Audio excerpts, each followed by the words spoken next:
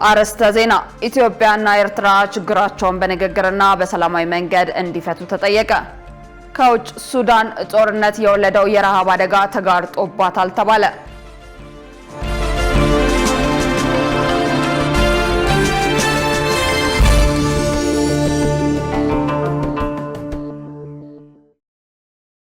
ጤና ይስጥልኝ ክቡራን ተመልካቾቻችን፣ ከኢሳት ነጻ የህዝብ ሚዲያ የሰዓቱን ዜና ይዘን ቀርበናል። ትዕግስት ተስፋዬ ዜናዎቹን እየመራው አብሬያችሁ ቆያለሁ። ለምልክት ቋንቋው ሃይማኖት ተስፋዬ አብራናለች። አብራችሁን ሁኑ። ቀዳሚ ወዳደረግነው መረጃ አልፋለሁ። ኢትዮጵያና ኤርትራ ችግራቸውን በንግግርና በሰላማዊ መንገድ እንዲፈቱ ተጠየቀ። ኢትዮጵያና ኤርትራ የገቡበት ውጥረት መነሻው የፕሪቶሪያው የሰላም ስምምነት ነው ሲሉ የዓለም አቀፍ ግንኙነትና የዲፕሎማሲ ባለሙያው ከኢሳት ስፔሻል ጋር ባደረጉት ቆይታ ገልጸዋል። የዚህን ዜና ዝርዝር ሸሪፍ ኢማም እንደሚከተለው ያቀርበዋል። ኢትዮጵያና ኤርትራ የገቡበትን ውጥረት በሰላማዊ መንገድ መፍታት እንደሚገባቸው ተገለጸ። ለዓመታት ደፍርሶ የቆየውን የሁለቱን ሀገራት ግንኙነት ለማደስ ምን ማድረግ ያስፈልጋል ሲል ኢሳት የዓለም አቀፍ ግንኙነትና የዲፕሎማሲ ባለሙያውን ጥላሁን ሊበንን አነጋግሯል። ባለሙያው በምላሻቸው የአሰብ ወደብ የኢትዮጵያ እንደነበር አንስተው የአሰብ ወደብን ጥያቄ ለመመለስ በድርድርና በሰላማዊ መንገድ ብቻ መሆን እንደሚገባ ተናግረዋል። አሰብ በታሪክ የኢትዮጵያ አካል ነበር። በታሪክ ደግሞ አሰብ ብቻ ሲሆን ቀይ ባህር ያበሻ ባህር ተብሎ ነበር የሚጠራው። ያ ማለት ኢትዮጵያ ባለቤት ነበረች ማለት ነው። አሁን ወደዛ መመለስ አንችልም። ዓለም አሁን ተለዋውጧል። በየሀገሩ የተለያዩ ድንበሮች ሁሉ አዳዲስ ሀገራት ለምሳሌ ደቡብ ሱዳን ማንሳት ትችላለሽ። የራሳቸው ሉዓላዊ ሀገሮች ናቸው። በተመሳሳይ ኤርትራም ሉዓላዊ ሀገር ነች። ከኤርትራ ጋር ያለንን ጥያቄ በሰላማዊ በድርድር ባለም አቀፉ የባህር በር ሕግ መሰረት ጥያቄያችን አግባብ በሆነ መልኩ ነው ማግኘት ያለብን እንጂ በኢትዮጵያና በኤርትራ መካከል ጦርነት በመግባት ወይም አላስፈላጊ ዲፕሎማሲያዊ ጫና ውስጥ ገብተን ሁለቱንም ህዝቦች መጉዳት አለብን ብዬ በግሌ አላስብም። ችግሮቹን የሚፈቱት በንግግር ነው። አክለውም የኢትዮጵያና የኤርትራን ግንኙነት ዳግም ያሻከረው የፕሪቶሪያ የሰላም ስምምነት ነው ብለው ለኢትዮጵያም ሆነ ለኤርትራ ህዝብ የሚጠቅመው ሰላም ነው ሲሉ ተናግረዋል። የሰሜኑ ጦርነት ሲነሳ ጦርነቱ አውዳሚ ነበር። በዛ ጦርነት ኢትዮጵያና ኤርትራ ወደ ሰላም በመምጣታቸው ኤርትራውያኖች ወይም ሻዕቢያ በጦርነቱ ተሳትፏል።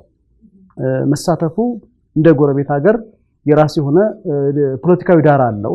ጥሩ ነው መጥፎ ነው የሚለውን ወደዛ ውስጥ አልገባም። ዞሮ ዞሮ ኢትዮጵያና ኤርትራ ችግራቸውን በንግግር ፈተው በሰሜኑ ጦርነት አንድ በመሆን ህወሓትን አሸንፈዋል። ይህ ሀቅ ነው። ይህንን መካድ የለብንም።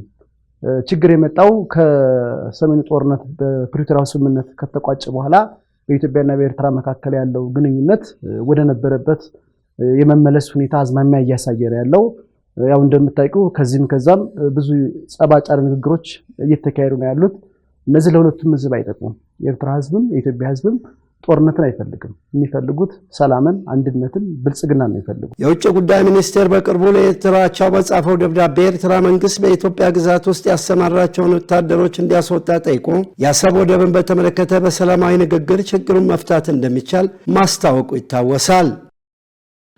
ለአፍሪካ ህብረት ጉባኤ የተመረጡ ሆቴሎች ጥራት ያለው አገልግሎት እንዲሰጡ ክትትል እያደረገ መሆኑን የአዲስ አበባ ከተማ ምግብና መድኃኒት ቁጥጥር ባለስልጣን አስታወቀ። በሌላ በኩል ለህብረተሰቡ በሚቀርቡ ምግብ ነክ ሸቀጦች ንጽህናም ላይ በትኩረት እየተሰራ መሆኑን ባለስልጣኑ ገልጿል። ሰላማዊት ሙሉጌታ ተጨማሪ አላት።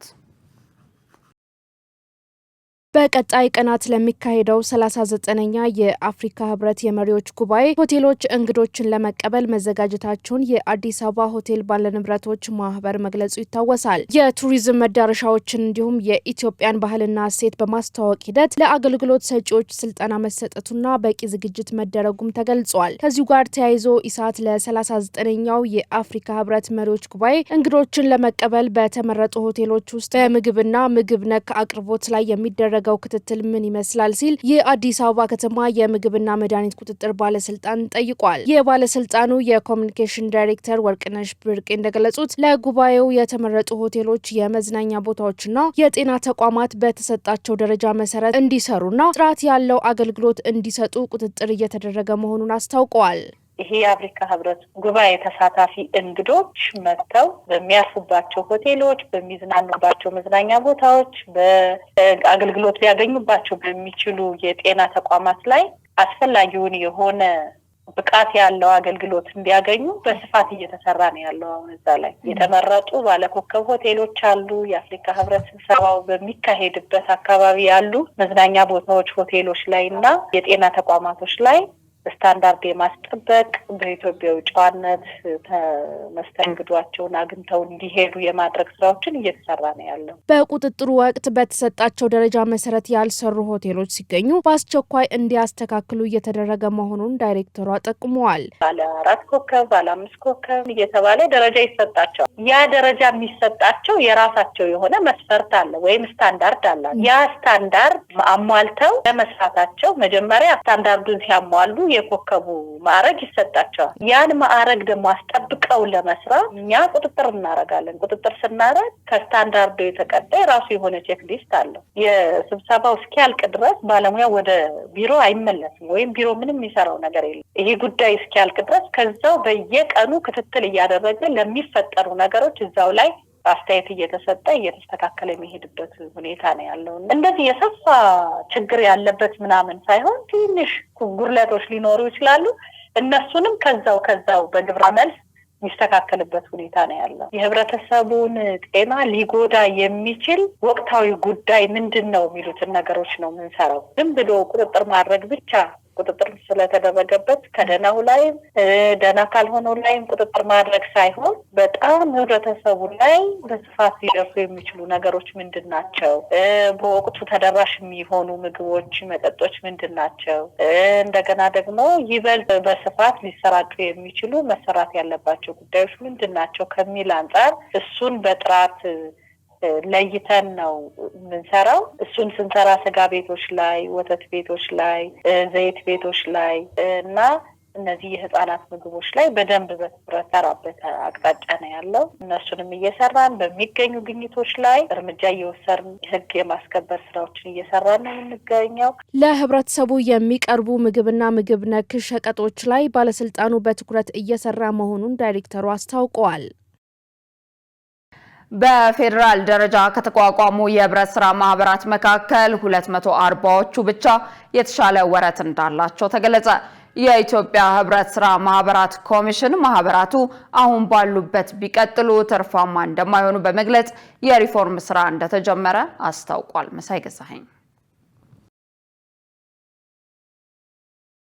የህብረት ስራ ማህበራት በአብዛኛው በተቋማት የሚመሰረቱ እንዲሁም በሌሎች ለማህበረሰቡ ተመጣጣኝ አገልግሎት ለመስጠት ታለመው የሚቋቋሙ ናቸው። ባደጉት ሀገራት የህብረት ስራ ማህበራት ከፍተኛ የሚባል ካፒታል ያላቸው እንዲሁም ገበያውን በስፋት የሚቆጣጠሩ ሲሆን በኢትዮጵያ ግን አብዛኞቹ ከጥቃቅንና አነስተኛ ደረጃ ወጥተው ራሳቸውን ማሳደግ ያልቻሉ እንደሆነ የተናገሩት የኢትዮጵያ ህብረት ስራ ማህበር ኮሚሽን ምክትል ኮሚሽነር ሺሰማ ገብረስላሴ ናቸው። ምክትል ኮሚሽነሩ ማህበራቱ ያሉበት ደረጃ የሚጠበቀው ያክል እንዳልሆነ ማብራርተዋል። ይሄ ደረጃ ላይ ያሉትም ያለቀላቸውና ሁሉ ነገር የጨረሱ ናቸው ማለት አይደለም። ስለዚህ ግን ወደዛ ስናመጣ በጣም ቀለል ባለ መመዘኛ የኤ ደረጃ ያሟሉት በጣም ዝቅተኛ ናቸው። በጣም ቁጥራቸው 5%፣ የፋይናንስ ቁጠባ ብድር ህብረት ስራ ማህበራት የምንላቸው 8%። ይሄ ማለት እነሱ ራሳቸው እንግዲህ 8% ቁጥሩ ከ18,000 አንጻር ማየት ትችላለች። 5% ከ22,000 አንጻር ማየት ትችላለች። በጣም ትንሽ ለደረጃ ላይ ያሉት ከ29 ከ30% አይበልጡ። አብዛኛው ሀምሯ ደረጃ ላይ ነው። ከዛ በታች የሆኑ ደግሞ ወደ 36,292 ወረድ ተሰርዘዋል። አያይዘውም እንደ ሀገር አሉ የሚባሉ የህብረት ስራ ማህበራትና አቅማቸውን እንደሚከተለው ገልጸውልናል። ላይቭ የሆኑት 89,161 ናቸው። 423 ዩኒዮኖች አሉ። 5 ፌዴሬሽኖች አሉ። ይሄ ብቻ ሳይሆን በዘርፎችም አሉ። ከነዚህ ውስጥ 18,000 አካባቢ የቁጠባ ብድር ህብረት ስራ ማህበራት ናቸው።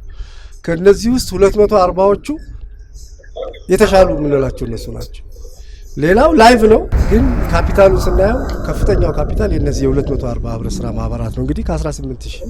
ስለዚህ ቁጠባ ገና ያልተጀመረም ማለት እንችላለን። ማህበራቱ አሁን ካሉበት ደረጃ ለማሻሻል ምን ሰራችሁ ብለን ላቀረብነው ጥያቄ ዘርፉ ኢኮኖሚን ለማሳደግ መሰረታዊ ለውጥ ለማምጣት ያግዛል ያሉት አቶ ሺሰማ የሚከተለው ምላሽ ሰጥተዋል። ወደ አባላቱ ለመመለስ ጥረት አድርገን ፓይለት ነገር ሰርተን የተመለሱ ማህበራት በከፍተኛ ደረጃ ካፒታላቸውን አሳድገው መጥተዋል። በሚገርም ደረጃ በፐርሰንት የሚገለጽ አይደለም።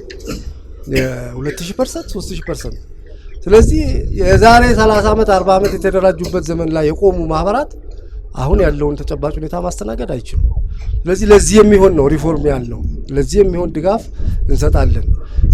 እስከታች ድረስ የልማት ሰራተኞች እያሰለጠንን ነው። ባለፈው ከ3000 በላይ አሰልጥነናል።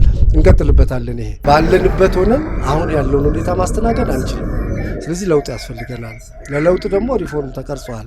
መለወጥ ያለባቸው ነገሮች ተለይተዋል። አደረጃጀት ነው መለወጥ ያለበት፣ አመራር ነው መለወጥ ያለበት፣ የፋይናንስ አቅም ነው መለወጥ ያለበት። ወደ አባላት መመለስ ያስፈልጋል። ትልቅ አቅም ያለው ህዝቡ ጋር ስለሆነ ማለት ነው። ቀጥሎ ሌሎች ድጋፎች ሊሆኑ ይችላሉ፣ ብድር የመሳሰሉት ነገር ሊመቻች ይችላል። ግን አባላት ጋር መሰብሰብ የሚችል በጣም ብዙ ሀብት አለ። ይሄ ትረስት ይፈልጋል። ለትረስት ግልጸኝነት፣ ቴክኖሎጂ ተጠቅሞ አሰራርን ግልጽ ማድረግ ይፈልጋል። የህግ ማዕቀፎችም ትላንት በነበሩበት መቆም የለባቸውም። አሁን ካለው ሀገራዊ ተጨባጭ ሁኔታ ጋር የተጣጣሙና የሚያሰሩ ፍሌክሲብል መሆን አለባቸው። በቅርቡ የህብረት ስራ ማህበራትን እርስ በእርስ ለማስተሳሰር ያግዛል የተባለው የ2018 ዓ.ም የህብረት ስራ ኤግዚቢሽን ባዛርና ሲምፖዚየም ከቀናቶች በፊት መጠናቀቁ ይታወሳል። በመጪዎቹ 6 ወራት ከ1200 በላይ ቅድመ አንደኛ ደረጃ ትምህርት ቤቶች ይገነባሉ ተባለ።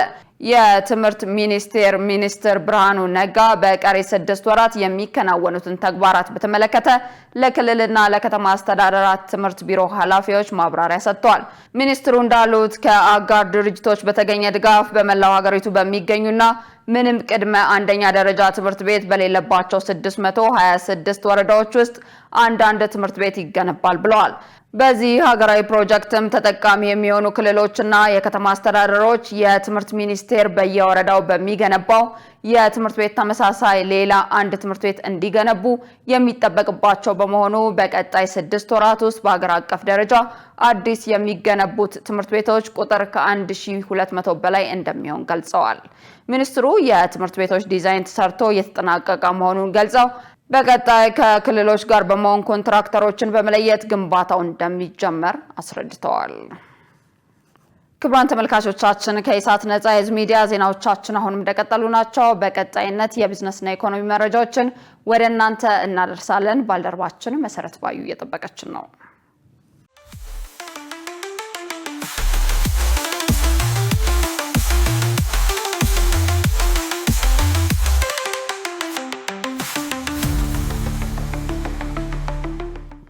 ሰላም ጤና ይስጥልን ውድ ተመልካቾቻችን ከኢሳት ነጻ የህዝብ ሚዲያ የዕለቱን የቢዝነስና የኢኮኖሚ ዜናዎች ይዤላችሁ ቀርቤያለሁ። ከዜናዎቹ ጋር መሰረት ባዩ ነኝ። አብራችሁን ቆዩ።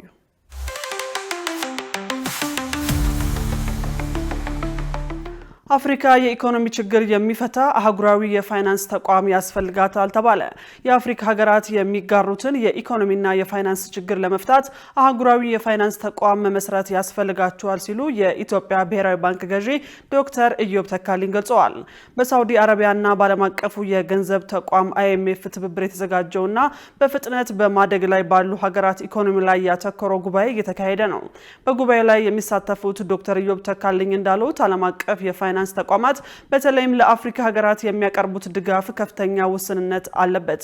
በአሁኑ ወቅትም በርካታ ሀገራት በማዕከላዊ ባንኮቻቸው የመጠባበቂያ ክምችት በዓለም አቀፉ የገንዘብ ተቋም ድጋፍ ላይ ጥገኛ ለመሆን እየተገደዱ ነው ብለዋል።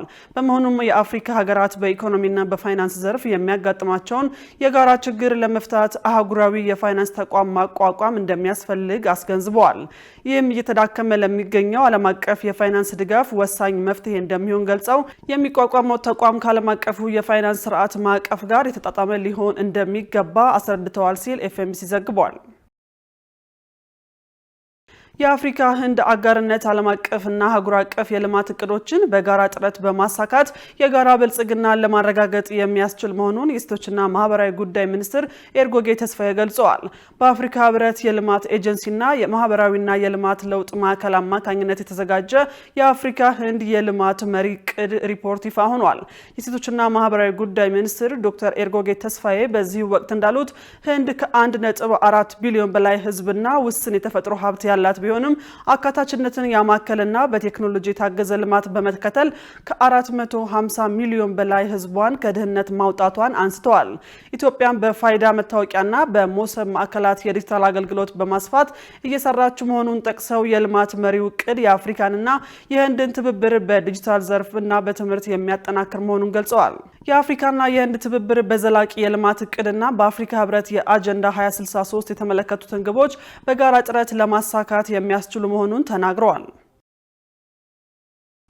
የኢትዮጵያ አየር መንገድ በግማሽ ዓመት 4.4 ቢሊዮን ዶላር ገቢ ማግኘቱን አስታወቀ። የኢትዮጵያ አየር መንገድ ግሩፕ በ2025 እና 26 በጀት ዓመት የመጀመሪያ 6 ወራት ውስጥ 4.4 ቢሊዮን ዶላር ገቢ በማግኘት የእቅዱን 102 በመቶ ማሳካቱን አስታውቋል።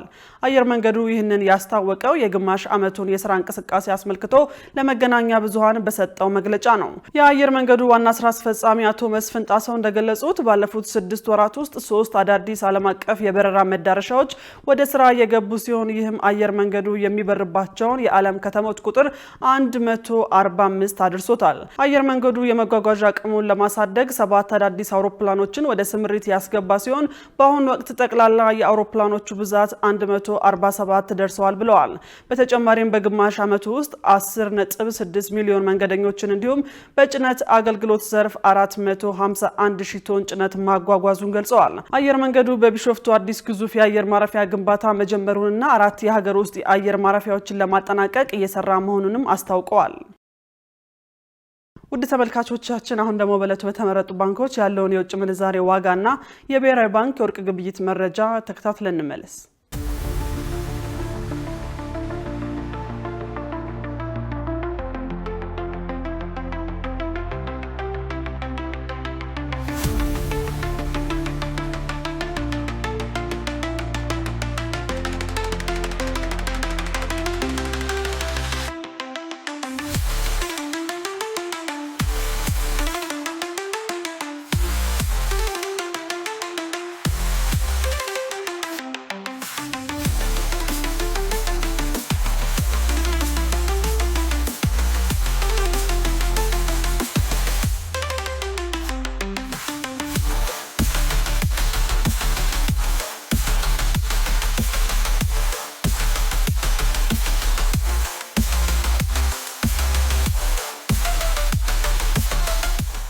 ውድ ተመልካቾቻችን ለዕለቱ ያዝናቸው የቢዝነስና የኢኮኖሚ ዜናዎች በዚሁ ተጠናቀዋል። ወደ ቀሪዎቹ ዜናዎች እንመለስ።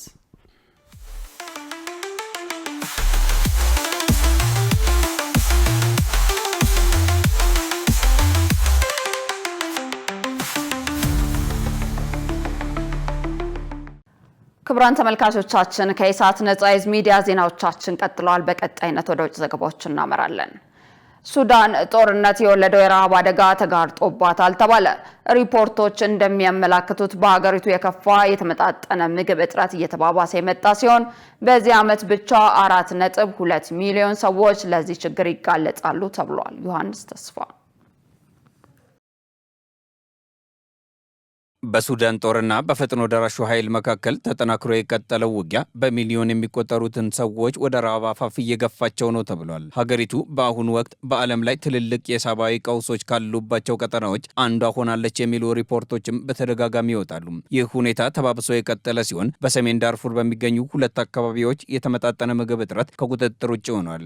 በዚህም ከ21 ሚሊዮን በላይ ሰዎች በቂ የምግብ አቅርቦት የማያገኙ ሲሆን ከነዚህ ውስጥ ከ4.2 ሚሊዮን በላይ የሚሆኑት ለከፍተኛ የረሃብ አደጋ ተጋልጠዋል። ታዛቢዎች ወደ ሁሉም የሀገሪቱ አካባቢዎች መድረስ ባለመቻላቸው ሁኔታው ከተገለጸው በላይ እጅግ አስከፊ ሊሆን እንደሚችል ተዘግቷል። በኮርዶፋን ያለው እየተባባሰ የመጣ ግጭትም ህዝቡ ምግብ እንዳያገኝ እንቅፋት ሆኗል።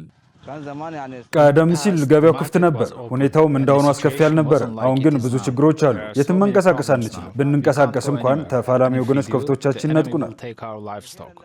ዓለም አቀፉ የምግብ ዋስትና ምደባ አይፒሲ ጥቅምት 28 ባወጣው አስቸኳይ መግለጫ በሰሜን ዳርፉር በሚገኙ ኡምባሩና ከርቤ በተባሉ 2 አካባቢዎች ሁኔታው በረሃብ ደረጃ ላይ መድረሱን አረጋግጧል። ይህ ቀደም ሲል በዘምዘም የስደተኞች ካምፕ ተከስቶ ከነበረው ረሃብ በተጨማሪ የተመዘገበ አዲስ አደጋ ነውም ተብሏል።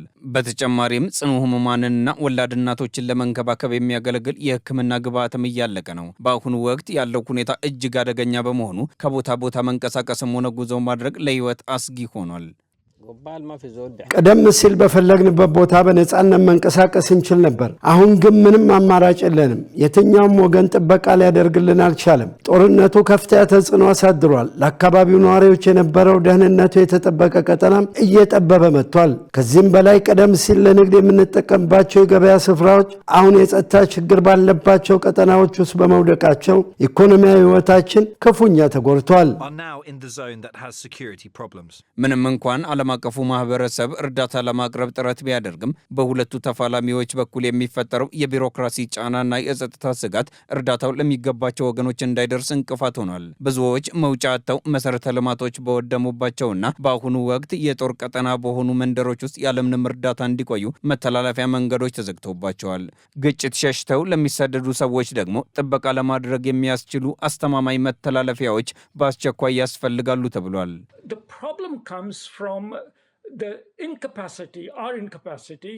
ዋናው ችግር የመነጨው እኛ ጣልቃ የመግባት አቅም ስለሌለን ነው። በቀጠናዊም ሆነ ዓለም አቀፍ ደረጃ ምንም አይነት የኃይል ጣልቃ ገብነት ፍላጎት እስካልመጣ ድረስ ስቃዩ የሚቀጥል ይመስለኛል። እንዳልኩት ለዚህ ሁሉ ሚስጥር ወይም ግልጽ ያልሆነ ነገር የለም። ይህ ሆን ተብሎ በሰው ሰራሽ መንገድ የመጣ መከራ ነው። ስቃዩ እየተባባሰ ሲሄድ እኛም ቁጥሮችን በጥንቃቄ ከመለካት ባለፈ ምንም ማድረግ አልቻለም። ምንም አይነት የማቆም አዝማሚያ የማያሳየው የሱዳን ቀውስ ከጦርነት ባለፈ ወደ ታሪካዊ የረሃብ ሰቆቃ ተሸጋግሯል። ተፋላሚ ኃይሎች ግጭቱን በአስቸኳይ ካላቆሙና ለሰብአዊ እርዳታ ሰራተኞች ደህንነቱ የተጠበቀ ኮሪደር ካልከፈቱም በሚሊዮን የሚቆጠሩ ንጹሐን ዜጎች በረሃብና በበሽታ ህይወታቸውን ሊያጡ እንደሚችሉም ታዛቢዎች ያስጠነቅቃሉ። መረጃውን ስናጠናቅር TRT ወርልድ ዋቢያችን ነበር። የመንግስታቱ ድርጅት አሜሪካ ያለባትን $4 ቢሊዮን ዕዳ እንድትከፍል እየተጠባበቀ ነው። ድርጅቱ ከፍተኛ የገንዘብ እጥረት አጋጥሞታል ተብሏል። ሸሪፍ ኢማም ተጨማሪ ያለው። የመንግስታቱ ድርጅት ሰኞ ዕለት እንዳስታወቀው አሜሪካ ያለባትን ወደ $4 ቢሊዮን የሚጠጋ የድርጅቱን ገንዘብ የትራምፕ አስተዳደር ይከፍላል። ከሆነስ ገንዘቡ መቼ ይገባል ሲል ጠይቋል። የተባበሩት መንግስታት ድርጅት ዋና ጸሐፊ አንቶኒዮ ጉቴሬስ ባለፈው ሳምንት እንዳስጠነቀቁት ዓለም አቀፉ ተቋም ከፍተኛ የሆነ የገንዘብ እጥረት አጋጥሞታል። ችግሩን ለመፍታት የገንዘብ አጠቃቀም ሕጉን ማሻሻል ወይም 193 አባል ሀገራት ያለባቸውን ዕዳ ሊከፍሉ ይገባል ብለዋል። በሌላ በኩል ይህ መልእክት በግልጽ ለአሜሪካ የተላለፈም ነው ተብሏል። እንደ ተባበሩት መንግስታት ባለስልጣን አሜሪካ $2.196 ቢሊዮን መደበኛ የሥራ ማስኬጃ በጀትና ለዚህ ዓመት የሚውል $767 ሚሊዮን በተጨማሪ $1.8 ቢሊዮን ለሰላም ማስከበር ኦፕሬሽን የተለየ በጀት አለባት። በመንግስታቱ ድርጅት የአሜሪካ መልእክተኛ አምባሳደር ማይክ ዋልትዝ እንዳሉት የትራምፕ አስተዳደር ያለበትን ዕዳ በሳምንታት ውስጥ ይከፍላል። የመንግስታቱ ድርጅት ቃል አቀባይ ስቴቨን ዱጃሪክ ሰኞ ለሪፖርተሮች እንደነገሩት ጉቴሬስ ከአሜሪካ አምባሳደር ዋልትዝ ጋር ተገናኝተው ተነጋግረዋል። የተባበሩት መንግስታት ተቆጣጣሪዎችም ከአሜሪካ ባለስልጣናት ጋር እየተነጋገሩ ነው። እናም ምን ያህል ገንዘብ ገቢ እንደሚደረግ፣ መቼስ ገቢ እንደሚደረግ እየተጠባበቅን ነው ብለዋል ዱጃሪክ። አንቶኒዮ ጉቴሬስ ለአባል ሀገራት ባለፈው ሳምንት በጻፉት ደብዳቤ እንዳሉት የመንግስታቱ ድርጅት መደበኛ ስራውን ለመከወን የሚያስችለውን ገንዘብ ያለው እስከ መጪው ጁላይ ወር 2026 ብቻ ነው ብለዋል። ይህ ማለት ከዛ በኋላ ያሉ የመንግስታቱ ድርጅት ተግባራት በከፍተኛ ደረጃ ይስተጓጎላሉ። በሌላ በኩል የአሜሪካው ፕሬዝዳንት ዶናልድ ትራምፕ ደግሞ የመንግስታቱ ድርጅት የሚጠበቅበትን እየሰራ አይደለም ብለዋል። እናም የእርሳቸው አስተዳደር በ2005 ለመንግስታቱ ድርጅት ምንም ገንዘብ አይከፍልም። አሜሪካ ከመንግስታቱ ድርጅት ተቋማት ከዓለም የጤና ድርጅት፣ ከባህል ኤጀንሲ ዩኔስኮ ወጥታለች ብለዋል። የመንግስታቱ ድርጅት ባለስልጣናት እንዳሉት 95 ከመቶ የሚሆነው ያልተከፈለ የድርጅቱ ዕዳ የአሜሪካ ነው። በመዝገብ ላይ በቀረበው መሰረት የሚጠበቅባትን መደበኛ መዋጮ ያልከፈለች ሁለተኛ ሀገር ቬንዙዌላ ናት። ይህች ሀገር $38 ሚሊዮን ያልከፈለች ዕዳ አለባት። ባለስልጣናቱ አክለውም ወደ 60 የሚጠጉ ሀገራት እስከ ፌብሩዋሪ 8 ቀን ድረስ የሚጠበቅባቸውን ዓመታዊ መዋጮ ከፍለዋል። መረጃው የአሶሺየትድ ፕሬስ ነው። ክቡራን ተመልካቾቻችን ከኢሳት ነጻ የህዝብ ሚዲያ ለሰዓቱ ያዝናቸው ዘገባዎች በዚህ ተጠናቀዋል። ዜናዎቹን እየመራው ትዕግስት ተስፋዬ በምልክት ቋንቋ ሃይማኖት ተስፋዬ አብረናችሁ ቆይታ አደረግን። ተመልካቾቻችን ከዜና በኋላ በሀገራችን ወቅታዊ ሁኔታ ላይ ያተኮረ ኢሳት ልዩ ዝግጅት ይቀርባል። ዝግጅቱን እንድትከታተሉ እየጋበዘን የምሽት ዜናችንን በዚሁ እናጠቃልላለን። ሰናይ ጊዜ